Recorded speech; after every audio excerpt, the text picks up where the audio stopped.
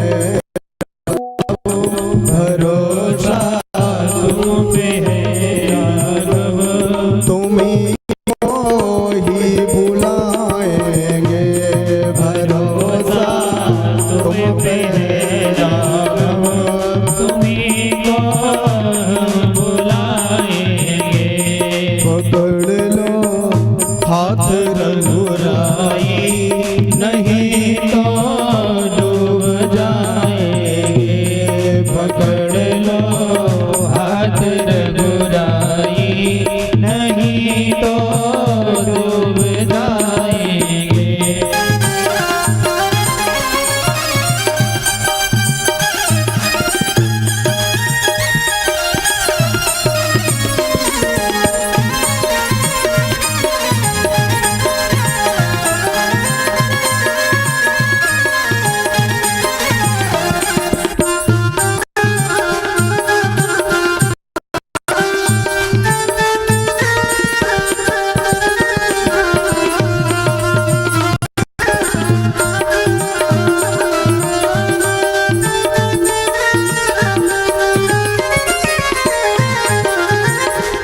नहीं मोहित वीरानों का, नहीं तैराक मैं पक्का।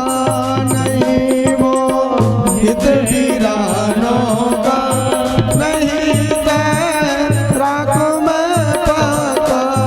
कृपा का सेतु बंधन हो तो हम प्रभु खूब आएंगे।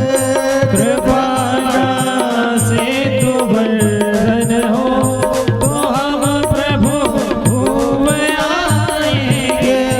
तो हम प्रभु खूब आएंगे। भरोसा तुम पर है रघुवर, भरोसा तुम पे है रघुवर। तुम ही को तो बुलाएंगे। भरोसा तुम पे है रघुवर, तुम्हीं को हम बुलाएंगे। पकड़ लो हाथ रघुराई, नहीं तो डूब जाएंगे। पकड़ लो हाथ रघुराई, नहीं तो डूब जाएंगे।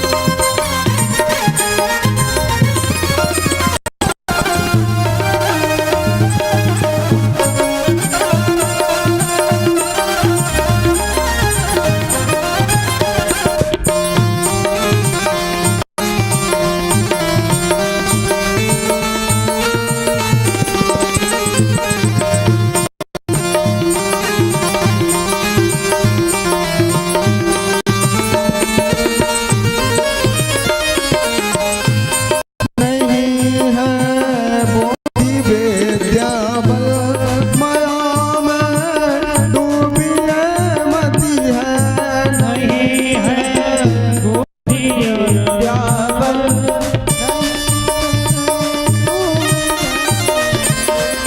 नहीं है बोधि विद्या बल, माया में डूबी है ये माँ। नहीं है बोधि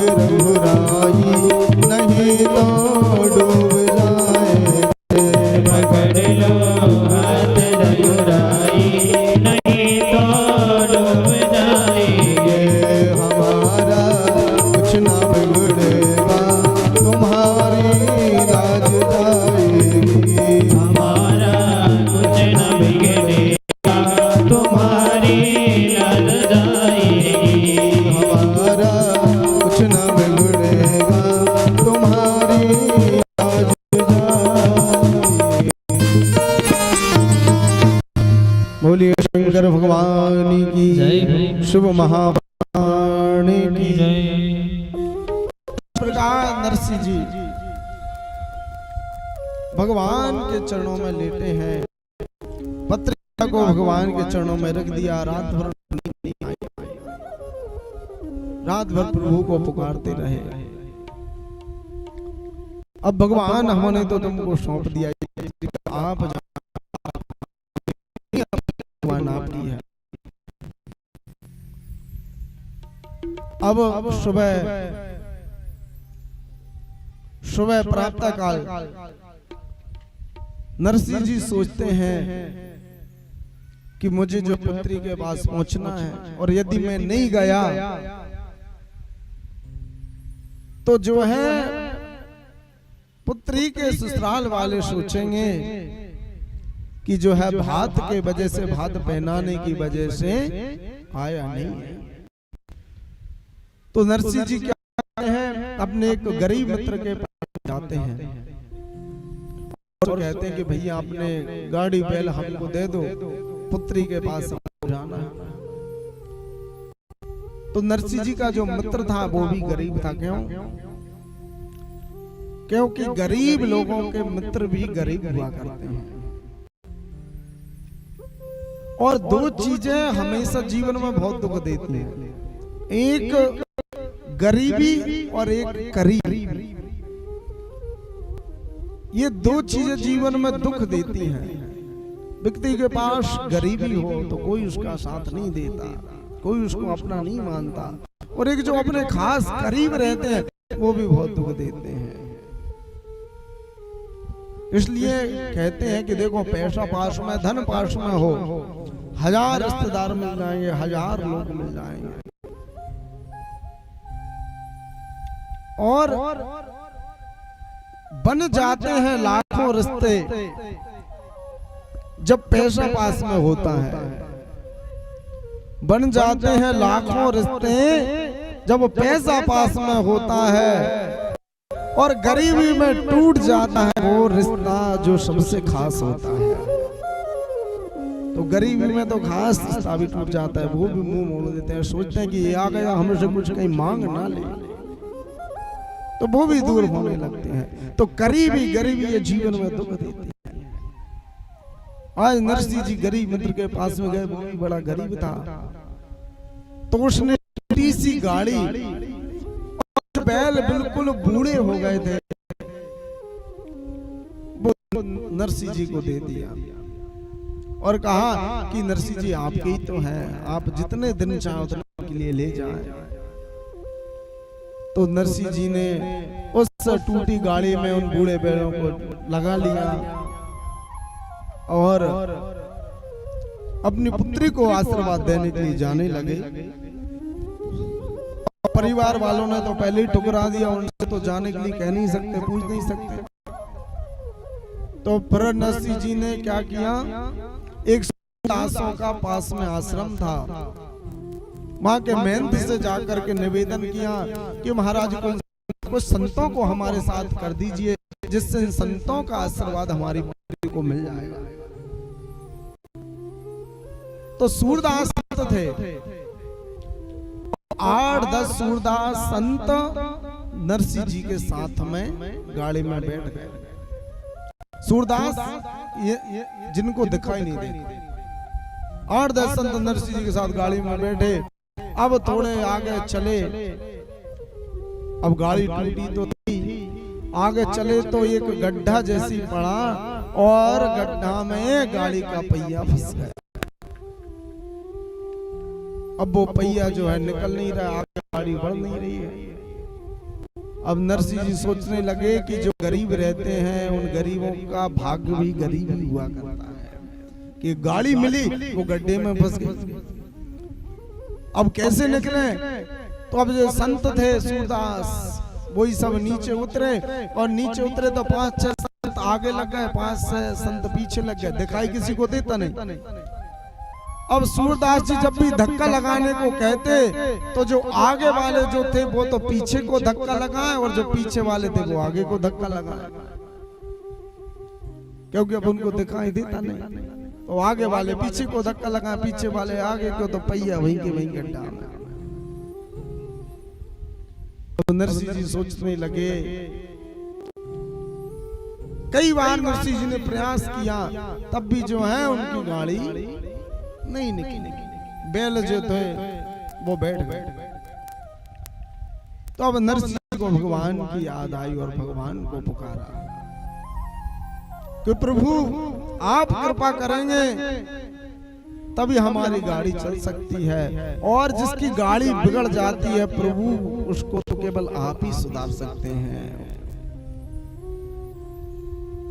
तो भगवान को नरसिंह जी ने जब पुकारा, ध्यान किया, तो सामने से भगवान ने एक बड़ई का वेश बना करके और गाड़ी ठीक करने का सामान हाथ में लेकर के सामने से आ रहे थे।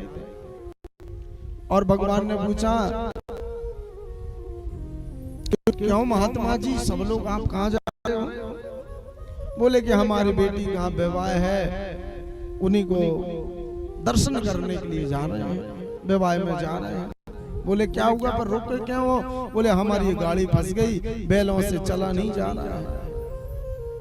बोले तुम क्या काम करते हो? बोले कि हम तो जो है बाड़े का काम करते हैं, लकड़ी का काम करते हैं।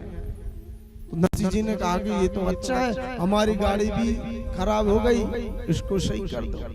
भगवान ने कहा ठीक है। अब जैसे भगवान ने उन बैलों को हाथ लगाया तो बैल भी जो है उड़ करके खड़े हो गए, और जैसे गाड़ी को थोड़ा धक्का लगाया तो गाड़ी भी उनकी ठीक हो गई। बोलिए भक्त वत्सल भगवान की, क्योंकि भगवान के लिए तो कोई बड़ी बात नहीं है। मूकम करोति वाचालम पंगुम लग्गते गृहम यत् कृपातम हम वंदे परमानंदम माधवम। भगवान की कृपा से गूंगा व्यक्ति वेद बोलने लग जाता है, लंगड़ा व्यक्ति दौड़ते हुए पहाड़ चढ़ जाता है, केवल भगवान की कृपा से। तो भगवान ने कृपा की, बैल जवान हो गए, गाड़ी ठीक हो गई। तो नरसिंह जी ने कहा, भैया तुम कहाँ जा रहे हो? बोले कि आगे हमारा गांव है, वहीं जा रहे हैं। तो नरसिंह जी ने कहा, हमें भी इधर ही जाना है, इसी रास्ते से जाना है।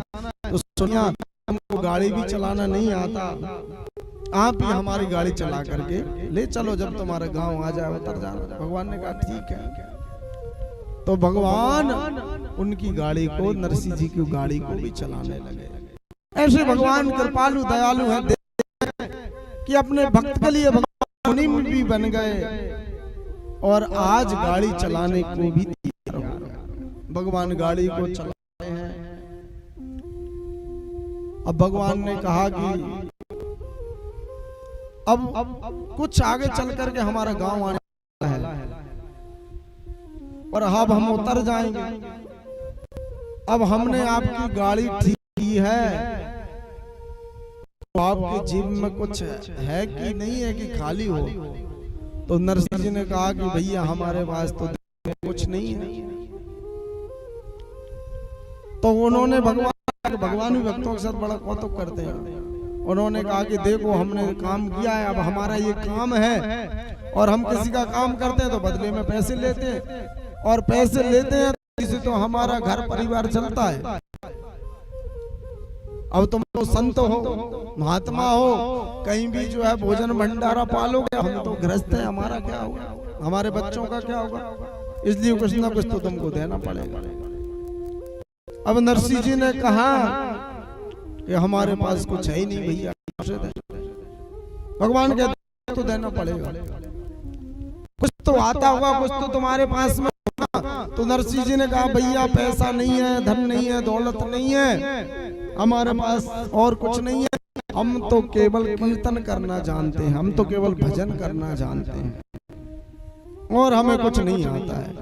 तो भगवान ने कहा कीर्तन करना है? बोले कि हाँ कीर्तन करना तो आता है। तो भगवान ने कहा कि चलो कीर्तन सुना दो, एक भजन भी सुना दो।